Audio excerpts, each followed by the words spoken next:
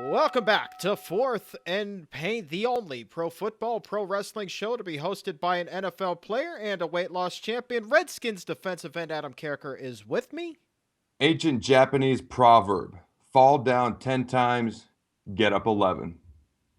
Former wrestling announcer, weight loss champion Chuck Carroll here. Be sure to give the show a follow at Fourth and Pain. And Adam, we kind of weren't expecting to be doing this particular segment this week, but circumstances are what they are.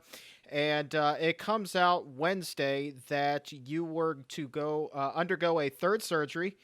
Um, and I mean, first of all, before we get into that, I gotta ask, what was it like for you when you realized, that the media had gotten wind of the fact that you were going to undergo the procedure this week? Well, first of all, I don't mind people knowing that we're taping this Wednesday night, Right. and kind of reactionary to the media getting wind of this. My surgery is tomorrow morning, but I'm sitting at Fuddruckers, and all of a sudden I get all these texts from media people about this and that, and I had no idea anybody was going to find out. Didn't know anyone was going to know. That wasn't the idea, but it is what it is. Basically, people know it's out there. The bottom line is, I just wanted to let people know what my reaction is, how I'm feeling, what my mindset is going forward. The media got a hold of it. As a general rule, we typically, as players, don't talk about our injuries. So I may not go into a whole lot of depth about what's going to actually happen or what they're doing tomorrow. But the fact of the matter is, I wanted people to know how I feel going into the surgery, what my approach is coming out of the surgery, and what my attitude is about getting back on the football field. Yeah, man. It's funny. You texted me kind of out of the blue. You're like, so who knows about the surgery? I was like, no one. And you were like, well, I just got a text from five different reporters. I'm sitting there and I get one text and another text and another text, and I'm like, all right, and all of a sudden I start to open them up and read them, and it's just like, oh man, and then I read who they're from, and it's just like, okay, apparently everyone knows. Chuck, how do they know? And I wasn't blaming you in any way. I was just like, dude, how did they find out? Who knew? And it's not like it's some big secret. It's just typically these things, they stay in house. It didn't this time, but whatever. But, I just want people to know that I cannot wait to have this thing. I'm nervous, I'm anxious, just like I was before the first two surgeries. That's just how you are before surgery. But I cannot wait to have it, because this is not a step back, it is a step forward. It's a step in the right direction. Because without this, I don't, obviously I wouldn't be able to play, or we wouldn't be doing it. So with this, it's going to allow me to start rehabbing. It's going to allow me to start getting stronger, more mobility back in that leg, to get my explosiveness back, and to be able to play football again, which I am dying to do. The game that I love, the game that I've played since I was a little kid, the game I've idolized even before I ever started playing, growing up watching. I grew up in the state of Washington. I watched the Seahawks, not a fan now, just so you know. I grew up watching Nebraska Cornhusker football. I've idolized this game, and I want to do it until I can't physically do it anymore, whenever that case is. And hopefully that's a long time from now, like a decade or two from now, if that's possible. Wow, 2 decades.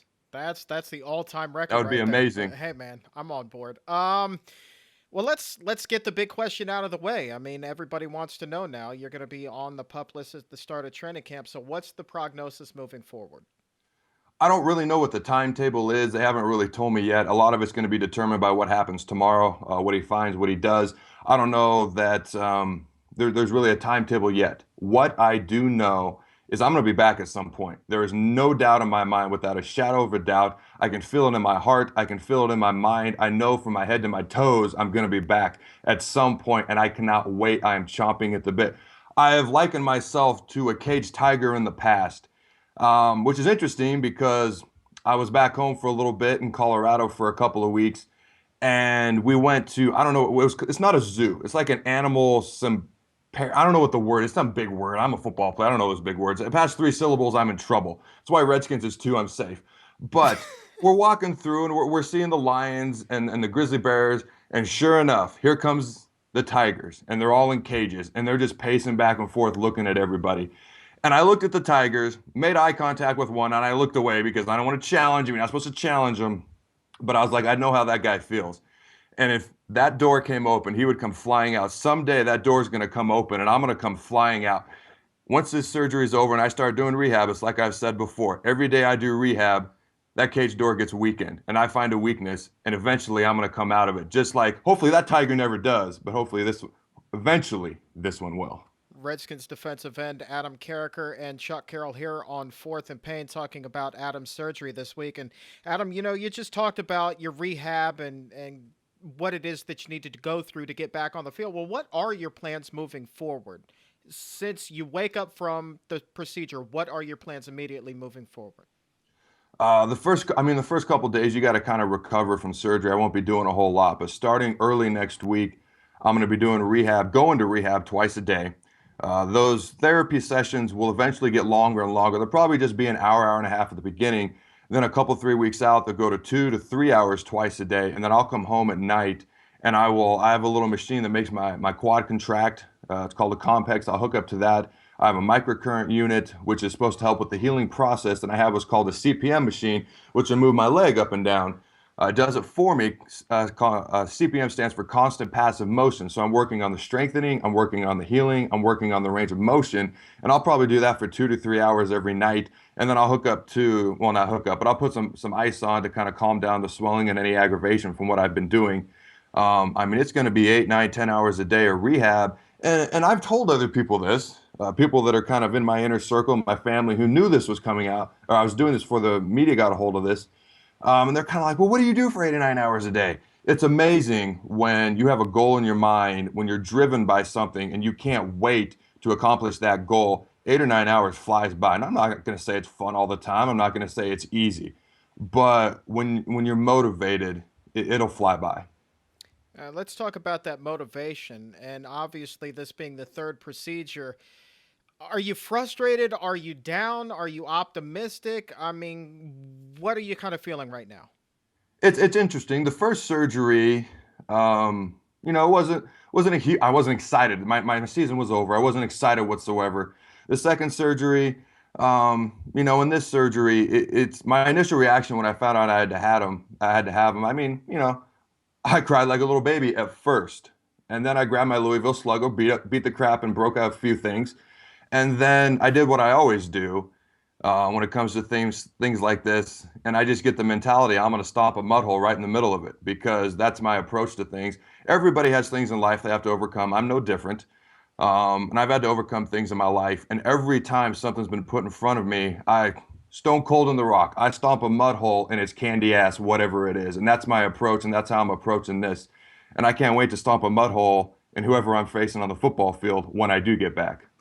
Fair to say, and final question here with Adam Carriker talking about his procedure this week. Fair to say that this surgery that you're having this week is a very critical, important step in making sure that you do get on the field this year. Well, absolutely. Like I said before, if I didn't need it in order to play, I wouldn't be doing it. I'd be out there playing. The fact is, I need it. It's going to help prepare a few things, and then the process. Obviously, I'll be on pup for a little while. I'll be rehabbing, getting stronger, and then yeah, it's a vital step. And like I said, it's not a step back. A fan tweeted this to me, and I loved it when I read it. It's not a step back. It's a step forward in the right direction. And this is really a launching pad in me getting back onto the football field and doing what I love to do.